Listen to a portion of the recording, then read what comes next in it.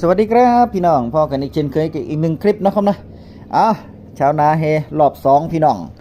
เงินรายละพันเป็นไปตามเป้าหมายเป็นไปตามขาดรายชื่อที่ยังคงค้างรอบ18กันยาธกสโอนเงินเข้า 1.57 ล้านครัวเรือนพร้อมกันมาขึ้นเป็นที่เรียบร้อยแล้วแต่ว่าพยาการเช็คแล้วข้อความก็บ่ขึ้นเด้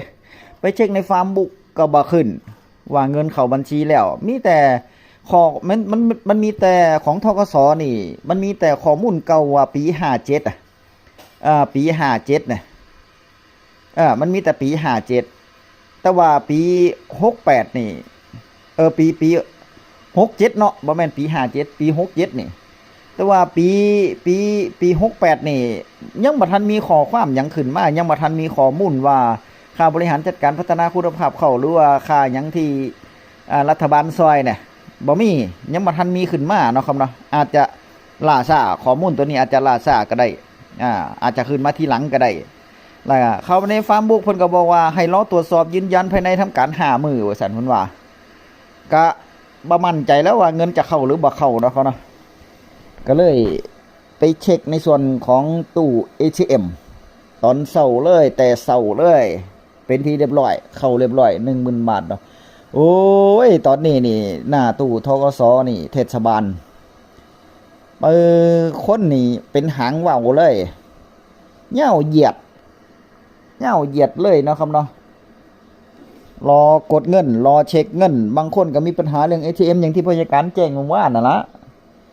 ATM มีปัญหาสอดเข้าไปแล้วมันเด้งออกมาสอดเข้าไปแล้วเด้งออกมาสอดเข้าไปแล้วเด้งออกมาพี่น้องมันเป็นเพราะว่าบัตร ATM หมดอายุเนาะครับเราก็ต้องไปเปลี่ยนต้องไปแก้ไขละตัวนี้แต่ถามว่าเงินเข้าบ่เงินก็จะเข้าอยู่เนาะ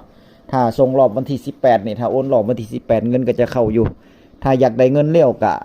มี2กรณี1ไปทำบัตร ATM ใหม่กับมือเดียวกันแล้วเนาะครับเนาะ2ไปถอนเงินโดยสมุดเงินฝากกับมือเดียวคือกันก็ได้เงินจะเฮ็ดจังไดก็เฮ็ดแต่ว่าเฮ็ด ATM นี่เฮ็ดไว้โหลดเพราะว่าถ้าเฮาไปธกสนี่ธกสแตกพุ่นเด้ธนาคารธกสนี่ปานจะแตกพุ่นเด้อีกเรื่องนึงที่พยาการอยากแจ้งพี่น้องเวลาเฮาไปถอนเงินนี่ให้เตรียมสมมุติว่า ATM เนาะถ้าไปATM เฮามีปัญหาถ้าไปธนาคารนี่อย่าลืมเด้อพี่น้องเด้ออย่าลืมบัตรประชาชนนะครับนะอย่าลืมเอาบัตรประชาชนไปนำเพราะว่าเพื่อมีปัญหาหยังมันก็จะได้อันนี้นะครับเนาะบางทีมันอยู่คนละหม่องกันเอาแต่บัตร ATM ไปแล้วก็